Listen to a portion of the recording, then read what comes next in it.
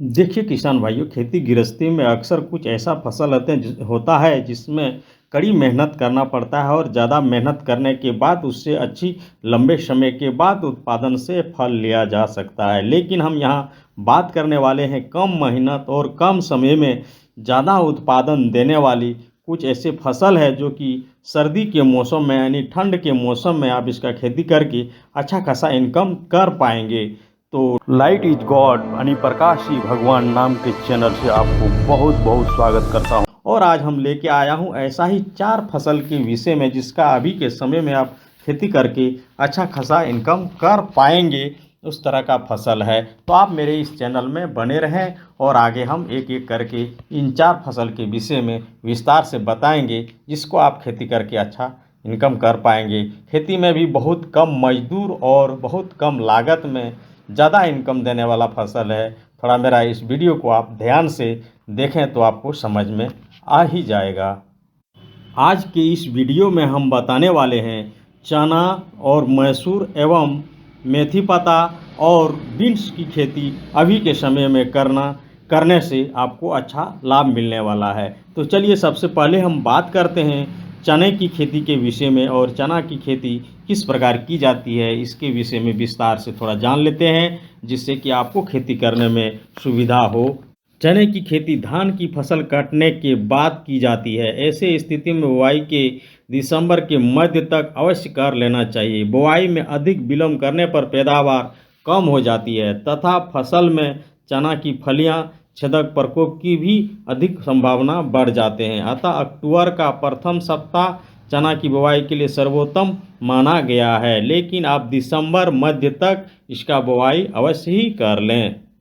चने की फसल में मिट्टी की यदि प्रकार की बात करें तो चने की खेती हल्की सी भारी मिट्टी में की जाती है। इसकी खेती के लिए ऐसी भूमि की चयन करें जहां जल निकासी की पर्याप्त व्यवस्था हो। पौधे की अच्छी विकास के लिए 5.5 से 7.0 pH वाली मिट्टी सबसे अच्छी मानी जाती है।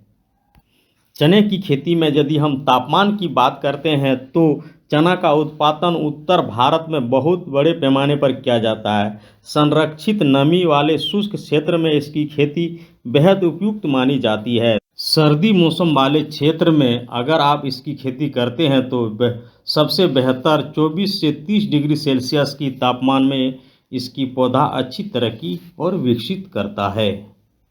चने की खेत में खाद एवं उर्वरक के विषय में बात करें तो अच्छी उपज प्राप्त करने के लिए 20 से 25 किलोग्राम नाइट्रोजन, 50 से 60 किलोग्राम फास्फोरस, 20 किलोग्राम पोटास व 20 किलोग्राम गंधक प्रति हेक्टेयर के दर से उपयोग करें।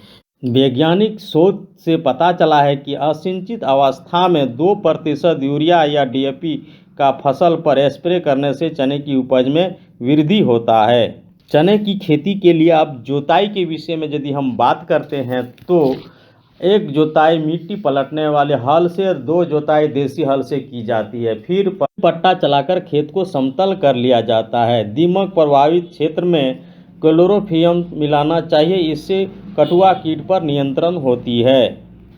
अब हम बात करते हैं चने की बुआई किस प्रकार से करें, यानी बुआई की विधि। जिस जमीन में चना लगाने जा रहे हैं वहां नमी होना चाहिए, जिससे चना शीघ्र ही अंकुरित होकर जन्मेशन हो पाए। चना का बुआई से पूर्व 24 घंटा पहले पानी में भिगो देना चाहिए। चना की बुआई सीड ड्रिलिंग द्वारा 5 से 8 सेंटीमीटर गहराई पर करें, अन्यथा देसी हल द्वारा पंक्ति में बुआई अवश्य करें। चने की खेती में इसके लिए पंक्ति से पंक्ति की बीच की दूरी 30 सेंटीमीटर तथा पौधे से पौधे की बीच की दूरी 8 से 10 सेंटीमीटर रखनी चाहिए। सिंचित दशा में एवं पैदावार वाले किस्म हेतु पंक्तियों की दूरी 40 से 45 सेंटीमीटर रखनी चाहिए। अब हम बात करते हैं चना की कुछ उन्नत किस्मों के विषय में। JG16, JG11, JG14, RV 201, 202, 203, जाकी 9218 आदि चने की उन्नत किस्में हैं। चने की बीज को बेड पद्धति से बोने से अधिक उत्पादन होती है। चना एवं धनिया का अंतर्वर्गीय फसल के साथ बोना बोने पर चने की फसल में इल्लियों का प्रकोप कम होते हैं। चने को अलसी एवं सरसों की फसलों के साथ अंतर्वर्गीय फसलों के रूप में भी बोना चाहिए। यानी इस जगह कहने की बात यह है कि आप चना को अन्य दूसरी फसलों के साथ मिला के बोने से चने में होने वाली बीमारी बहुत ही कम होता है और जो आप दूसरे फसल लगा रहे हैं उसको भी किसी भी प्रकार की बीमारी नहीं होते हैं, वो पौधा पुष्ट होते हैं। तो इसमें बताया गया है कि चने के साथ धनिया का भी खेती कर सकते हैं, सरसों की खेत में भी चने का उत्पादन आप मिला के ले सकते हैं। इसमें दोनों फसल का एक दूसरे को एक माने क्या बोलेंगे सहयोग और पोषक तत्व को आदान प्रदान करता रहेगा। अच्छा उत्पादन होने की 100% गारंटी बढ़ जाता है। अब हम बात कर लेते हैं चने की खेती में खरपतवार नियंत्रण कैसे करें। चने की खेती में खरपतवार नियंत्रण हेतु बुआई से 25 दिन पर पहली बार खुरपी से निकाई गुड़ाई करें, दूसरी बार 50 से 60 दिनों पर दूसरी निकाई गुड़ाई करें। रासायनिक खाद पतवार नियंत्रण के लिए बुआई के बाद पेंडाथिलियम 30 ऐसी सक्रिय तत्वों की 1.0 किलोग्राम मात्रा को 500 लीटर पानी में घोल बनाकर खेत में छिड़काव अवश्य ही कर दें। चने की खेत में यदि हम सिंचाई की बात करें तो चने सिंचाई क्षेत्र में चने की खेती के लिए 3 से 4 सिंचाई पर्याप्त होता है। बुआई से पहले पलवे करके फसल की बुआई करना चाहिए। इसके पश्चात फसल की गुड़ाई के पश्चात बुआई के 35 से 40 दिन बाद प्रथम और 70 से 80 दिन बाद दूसरी एवं तीसरी 105 से 110 दिनों के बाद नियमित सिंचाई करनी चाहिए। बाकी आपका ज़मीन की नमी के अनुसार सिंचाई करना चाहिए। चने की फसल लगभग 146 दिनों में पक जाते हैं। इसकी औसतन पैदावार 9 कुंटल प्रति एकड़ मानी गई है, लेकिन ज़मीन और उपज के फसल की उन्नत किस्मों के अनुसार घट बढ़ हो सकती है उत्पादन में। ये तो चने की विषय में छोटी सी जानकारी थी। अब हम चलते हैं देर न करते हुए दूसरी फसल के विषय में, जैसे कि इस बार अभी हम बात कर रहे हैं मसूर का, यानी जब चना का बात किए तो मसूर का भी खेती के विषय में जान लेते हैं।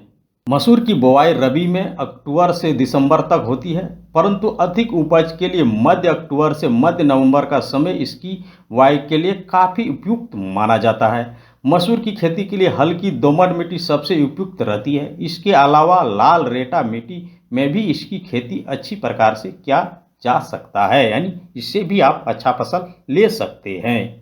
मसूर की खेती में मिट्टी की प्रकार यानी पीएच मान का बात करें तो मसूर की अच्छी फसल के लिए मिट्टी का पीएच मान 5.8 से 7.5 के बीच होना चाहिए। तापमान की बात करें तो मिट्टी और जलवायु मसूर के उत्पादन में अहम रोल निभाता है, इसलिए बीज के अंकुरण से लेकर पौधे के विकास और फसल की अच्छी पैदावार के लिए सर्द जलवायु यानी 18 से 30 डिग्री सेंटीग्रेड तक का तापमान होना चाहिए। मसूर की खेती करने के लिए खेत की तैयारी यानी खेत की जोताई किस प्रकार करें, इसके विषय में बात करें तो एक जोताई मिट्टी पलटने वाले हल से करें, दूसरी जोताई देसी हल से करें। मृदा में नमी संरक्षित रहे एवं भूमि समतलीकरण हो। प्रत्येक जोताई के बाद पट्टा अवश्य ही लगा दें ताकि जमीन में जो नमी है वह संरक्षित रह सके कुछ समय तक के लिए, क्योंकि मसूर की खेती में पानी यानी सिंचाई की हम लोग बहुत ही कम करते हैं और नामात्र सिंचाई इसमें की जाती है। मसूर की बुआई की विधि के विषय में यदि हम जानना चाहते हैं तो मसूर की समय से बुआई के लिए उन्नत किस्म के 30 से 35 किलोग्राम बीज प्रति हेक्टर की आवश्यकता होती है। देर से बुआई के लिए 50 से 60 किलोग्राम बीज प्रति हेक्टर की ज़रूरत होती है। देर से बुआई करने पर 40 किलोग्राम बीज प्रति हेक्टर की दर से बोना चाहिए। मिश्रित फसल में आमतौर पर बीज की दर आधी रखी जाती है। जमीन में छिड़क कर इसकी बुआई की जाती है। आप अच्छी उत्पादन लेने के लिए लाइन से लाइन में इसकी बुआई कर सकते हैं और अपना अच्छा उत्पादन ले सकते हैं। मसूर की उन्नत किस्मों के विषय में बात करें तो उन्नत किस्म मसूर की खेती के लिए PL 639, मलिका K 75, NDL 2, DPL 62, IPL 81, IPL 316, L 4076, HUL 57, DPL 15 आदि किस्में मिट्टी और जलवायु के अनुसार बेहतर उत्पादन देती है। खेती में खाद एवं उर्वरक के विषय में बात करें तो भूमि में नमी के अनुसार 10 से 40 किलोग्राम यूरिया तथा 250 किलोग्राम सिंगल सुपर फास्फेट प्रति हेक्टर की दर से ज़रूरत होती है, जिससे 80 किलो DAP प्रति हेक्टर बोते समय देकर किया जा सकता है। गंधक की कमी वाले क्षेत्र में 20 किलोग्राम गंधक प्रति हेक्टर 100 किलोग्राम जीवाश्म के रूप में देना चाहिए। निकाई गुड़ाई यानी खारपतवार के विषय में बात करें तो मसूर की फसल की खारपतवार नियंत्रण के लिए बुआई के 20 से 25 दिन बाद निकाई गुड़ाई करना चाहिए तथा पेंडामेथिलिन नामक रासायनिक की 3.3 लीटर की मात्रा को 1000 लीटर पानी में मिलाकर बुआई के बाद तुरंत छिड़काव कर देना चाहिए, जिससे खारपतवार फसल में उगता ही नहीं है। अब बात आती है मसूर की खेती में सिंचाई। मसूर में सूखा सहन करने की क्षमता होती है। आमतौर पर सिंचाई नहीं की जाती है, फिर भी सिंचित क्षेत्रों में 1 से 2 सिंचाई करने से उपज में वृद्धि होती है और फल के दाने अच्छे होते हैं। पहली सिंचाई शाखा निकलते समय यानी बुआई के 40 से 45 दिन बाद करना चाहिए और दूसरी सिंचाई फलियां में दाना भरते समय बुआई के 70 से 75 दिन बाद करना चाहिए। अब हम जान लेते हैं कि मसूर की फसल कितने दिनों में तैयार हो जाते हैं। मसूर की फसल लगभग 110 से 140 दिन में पक जाती है। बोने के समय के अनुसार मसूर की फसल की कटाई फरवरी व मार्च के महीने में की जाती है, जब 70 से 80% फलियां भूरे रंग के हो जाए और पौधे पीले पड़ने लगे यानी पक जाए तो फसल की कटाई कर लेनी चाहिए। दलहन खेती की जानकारी देने के बाद अब हम सब्जी वाली खेती के विषय में थोड़ा आगे बढ़ते हैं और अब सब्जी की खेती के विषय में 2 फसल की रिकमेंड करेंगे अभी के समय में, जिसका खेती करने से आपको अच्छा खासा लाभ मिलेंगे और बहुत ही कम लागत लगेंगे, बहुत ही कम मेहनत लगेंगे, बहुत कम मजदूर से इस प्रकार की खेती आप कर पाएंगे। इसी के विषय में अब हम आगे की चर्चा करते हैं। तो इस चर्चा के क्रम में आगे बढ़ाते हुए हम अभी बात करने वाले हैं सबसे कम लागत की फसल। आप मेथी पत्ता की यानी मेथी साग की खेती अभी कर सकते हैं। आज के दौर में किसान अधिक लाभ देने वाली फसलों की खेती की ओर आकर्षित हो रहे हैं।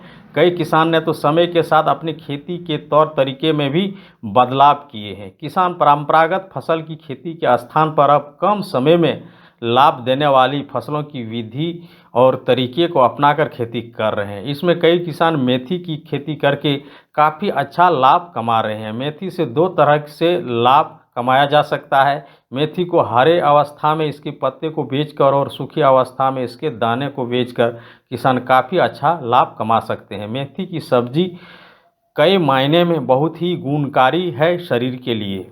हम बात करते हैं मेथी पत्ता में पाए जाने वाले पोषक तत्व के विषय में, तो मेथी में कई प्रकार के पोषक तत्व पाए जाते हैं जो कई रोगों में काफ़ी फायदेमंद होते हैं। इसमें sodium, zinc, phosphorus, folic acid, iron, calcium, magnesium, potassium जैसे मिनरल और विटामिन ए और बी और साथ में सी भी पाए जाते हैं। इसके अलावा इसमें भरपूर मात्रा में fibre, protein, starch, sugar, phosphorus acid जैसे न्यूट्रिएंट्स पाए जाते हैं। मेथी की तासीर गर्म होते हैं, इसलिए इसका उपयोग सर्दियों में करने की सलाह दी जाती है।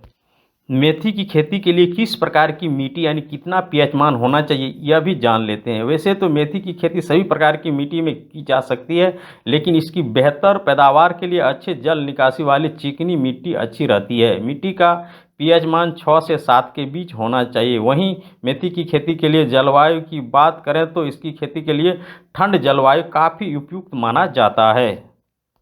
मेथी की खेती के लिए ठंड जलवायु की अच्छी मानी जाती है, इसलिए इसकी खेती अक्टूबर से फरवरी तक की जाती है। गर्मी में इसकी खेती नहीं की जा सकती। गर्मी में इस अधिक तापमान के कारण पौधे की ग्रोथ प्रभावित होते हैं और साथ ही इनके साग का स्वाद भी चला जाता है।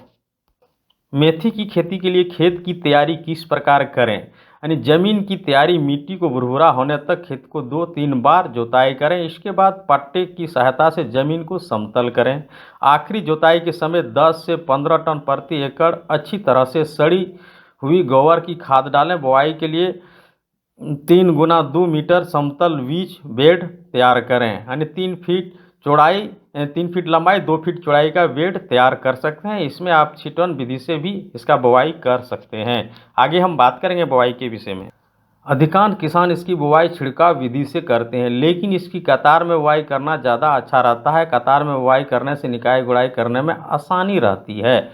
फसल खार पतवार से भी मुक्त रहते हैं। बुआई के समय इस बात का ध्यान रखें कि खेत में नमी होने की जरूरी है, यानी नमी होना चाहिए। यदि कतार में इसकी बुआई कर रहे हैं तो पंक्ति से पंक्ति की दूरी 22.5 सेंटीमीटर रखनी चाहिए। बीज को 3 से 4 सेंटीमीटर की गहराई में बोना चाहिए। बुआई के लिए हमेशा प्रमाणित बीज ही लेना चाहिए। मेथी की खेती में उन्नत किस्म के विषय में बात करें तो मेथी का बेहतर उत्पादन प्राप्त करने के लिए जिन उन्नत किस्मों का चयन करना चाहिए, मेथी की अधिक उत्पादन देने वाली किस्मों में पूसा, कस्तूरी, RMT 305, राजेंद्र क्रांति, AFG2, हिसार सोनाली अधिक उत्पादन देने वाली किस्में हैं। इसके अलावा हिसार स्वर्णा, हिसार मध्यवी, Hisar Mukta, AFMG1, RMT1, RMT 143, RMT 303, Pusa early वार्चिंग, तरह के कई उन्नत किस्में आपको मार्केट में मिल जाएंगे। आप अच्छा सा अच्छा किस्म को चयन करके अपनी खेत में इसका खेती करें, आपको इससे अच्छा लाभ मिलने वाला है। लेकिन बीज जब भी आप खरीदें तो उन्नत किस्म के ही बीज को खेती करें, ताकि आपका जो भी मेहनत लग रहा है वह बेकार ना जाए। मेथी की खेती में सिंचाई की बात करें तो मेथी के पौधे को अधिक सिंचाई की आवश्यकता नहीं होती है। मेथी की बीज के अंकुरण के लिए खेत में नमी की आवश्यकता होती है, इसलिए खेत में नमी बनाए रखने के लिए समय समय पर सिंचाई करते रहना चाहिए। खाद एवं उर्वरक की बात करें तो मेथी की खेती से पहले खेत की मिट्टी की जाँच और उसके नतीजे के आधार पर खाद व उर्वरक का प्रयोग करना चाहिए। आमतौर पर मेथी बुआई के करीबन 3 हफ्ते पहले 1 हेक्टेयर खेत में औसतन 10 से 15 टन सड़ी गोबर की खाद या कंपोस्ट खाद डाल देना चाहिए। वहीं सामान्य उर्वरक वाली ज़मीन के लिए प्रति हेक्टेयर 25 से 35 किलोग्राम नाइट्रोजन, 20 से 25 किलोग्राम फास्फोरस और 20 किलोग्राम पोटास की पूरी मात्रा को खेत में बुआई से पहले मिट्टी में मिला देना चाहिए। मेथी की खेती में खारपतवार नियंत्रण की यदि बात करें तो मेथी में खारपतवार नियंत्रण के लिए मुख्यतः खेती में मेथी की बुआई करने के तुरंत बाद पेंडामेथिलियम का उपयोग 1.3 लीटर प्रति एकड़ को 200 लीटर पानी में घोल बनाकर छिड़काव करना चाहिए। यह एक रासायनिक दवा है जो पीले रंग का होता है। पेंडामेथिलियम 30 AC का उपयोग करने से खारपतवार उगने की समस्या नहीं रहती है। मेथी की खेती में हम यदि फसल कटाई की बात करें तो हम सब्जी के तौर पर उपयोग के लिए इसकी फसल की कटाई बुआई के 20 से 25 दिन के बाद करें। बीज प्राप्त करने के लिए इसकी कटाई बुआई के 90 से 100 दिन बाद करें। दाने के लिए इसकी कटाई निचले पत्ते की पीले होने और झड़ने पर फलियां का पीले रंग होने पर ही कटाई करें। यानी आप देख लेंगे कि दाना फसल में आ चुका है और दाना पकने लगा है तो उस समय आप कटाई कर सकते हैं। लेकिन अधिकतर किसान मेथी पत्ता का खेती करते हैं जिसको सब्जी के लिए अधिकतर कटाई करता है, जो कि हम आगे बता चुके हैं 20 से 25 दिन। यहाँ आप 15 से 20 दिन के अंदर ही आप फसल को कटाई कर पाएंगे और इसको बेच के आप अपना इनकम कमा सकते हैं। उसके बाद जो बच जाएंगे डंठल में जो पत्ता आएंगे, जो पौधा निकलेंगे नहीं, उसका आप बिजाई के लिए रखें, यानी दानेदार यानी पौधे की बीज के लिए आप रख सकते हैं और इस तरह से मेथी पत्ता का आप कटाई भी कर सकते हैं और इस अच्छा खासा इनकम कमा सकते हैं। ये तो रही छोटी सी जानकारी मेथी पत्ता से संबंधित।